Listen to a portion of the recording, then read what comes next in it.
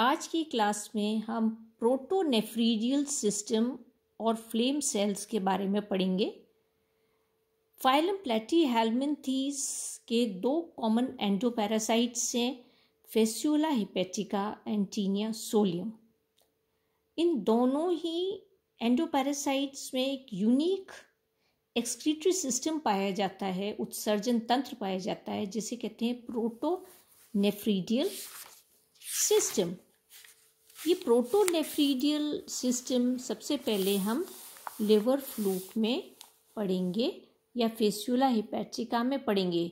Liver fluke जैसे कि पता है जो कहाँ पाया जाता है, शीप में पाया जाता है, तो उसमें एक्सक्रीशन और ऑस्मो रेगुलेशन जो है वो प्रोटोनेफ्रीडियल सिस्टम के द्वारा होता है। और इस सिस्टम में क्या होता है, बहुत सारे फ्लेम सेल्स पाए जाते हैं, ज्वाला कोशिकाएं पाई जाती हैं, जिसे प्रोटोनेफ्रीडियल सेल्स भी कहा जाता है। और ये जो सेल्स होते हैं ये एक दूसरे से इंटरकनेक्टेड रहते हैं और bye means of an extensive network, excretory ducts का आप देख सकते हैं, एक्सटेंसिव नेटवर्क है, उसके द्वारा ये फ्लेम सेल्स एक दूसरे से कनेक्टेड है और पूरी बॉडी में ये एक नेटवर्क ये बनाते हैं पूरी बॉडी में। तो ये जो एक्सक्रीटरी सिस्टम जो होता है इस तरीके से जो बनता है नेटवर्क के द्वारा, उसे हम प्रोटोनेफ्रीडियल सिस्टम कहते हैं। और क्योंकि लिवर फ्लूक जो है एंडोपैरासाइट है और जो उसकी जो शीप के जो बाइल डक्ट होती है लिवर की, उसमें ये और कैटल्स में ये पाया जाता है, तो इसका इंटरनल ऑस्मोटिक प्रेशर जो होता है इंटरनल एनवायरनमेंट का, होस्ट का और जो एनिमल की बॉडी का होता है, वो दोनों सेम होता है, सेम ऑस्मोटिक प्रेशर में ये रहते हैं। अब हम इसमें देखते हैं कि फ्लेम सेल्स कैसा होता है। फ्लेम सेल्स ज्वाला कोशिकाएं जो होती हैं वो मीजेनकाइम सेल्स की मॉडिफिकेशन है, ये मॉडिफाइड मीजेनकाइम सेल्स होते हैं और ये पूरी एनिमल की बॉडी में ये स्कैटर्ड रहते हैं और इनका एक विशेष प्रकार का अरेंजमेंट होता है। तो इस विशेष प्रकार के जो अरेंजमेंट होता है उसे फ्लेम सेल अरेंजमेंट हम इसको कहते हैं। फ्लेम सेल्स कैसे होते हैं? फ्लेम सेल्स एक बल्ब के आकार के होता है, जैसा कि आप ये देख सकते हैं, एक बल्ब के आकार का ये होता है और इर्रेगुलर इसका शेप होता है। और इसके अंदर देखिए कई सूडोपोडियल प्रोसेसेस भी आप इसके अंदर ये देख सकते हैं, जो कि एडजेसेंट टिश्यू में ये एक्सटेंड करते हैं। और क्योंकि इनका बल्ब के आकार के ये होते हैं, इसीलिए इन्हें फ्लेम बल्ब्स भी कहते हैं। हर एक सेल जो होता है इसके अंदर एक न्यूक्लियस होता है फ्लेम सेल में, और दूसरे बाकी के ऑर्गेनेल्स भी इसमें प्रेजेंट होते हैं। सेल की जो ल्यूमेन होती है, ये इनर स्पेस जो होती है, उसके अंदर आप देख सकते हैं लंबे लंबे इसके अंदर लॉन्ग सीलिया हैं, बहुत सारे लॉन्ग सीलिया होते हैं। और ये जो सीलिया है ये या फ्लैजिलम आप कह सकते हैं, सॉरी नॉट सीलिया, पर इसके अंदर लंबे लंबे फ्लैजिला उपस्थित होते हैं। और ये हर एक फ्लैजिलम जो होता है वो बेसल ग्रैन्यूल से ये ओरिजिनेट होता है। यहाँ पर जो लिविंग स्टेज में ये जो सेल्स होते हैं, ये फ्लैजिला जो फ्लेम सेल्स में जो ये फ्लैजिला होते हैं वो जो होते हैं वो ये फ्लिकर करते हैं, ये हिलते रहते हैं। तो इसीलिए जिस प्रकार से ज्वाला जो होती है वो फ्लेम उसकी फ्लिकर करती है, उसी प्रकार की अपीयरेंस देते हैं और इसलिए इन्हें फ्लेम सेल्स यहाँ पर कहा जाता है। कि वेव लाइक इनके अंदर आप अंडुलेशंस आप इसके अंदर देख सकते हैं, फ्लिकरिंग जैसी, तो इसलिए इनको फ्लेम सेल्स कहते हैं। ये जो आप सेल की जो ल्यूमेन है आगे एक छोटा सा ट्यूब्यूल ये यहाँ पर बनाती है, ये कैपिलरी जैसा एक ये होता है।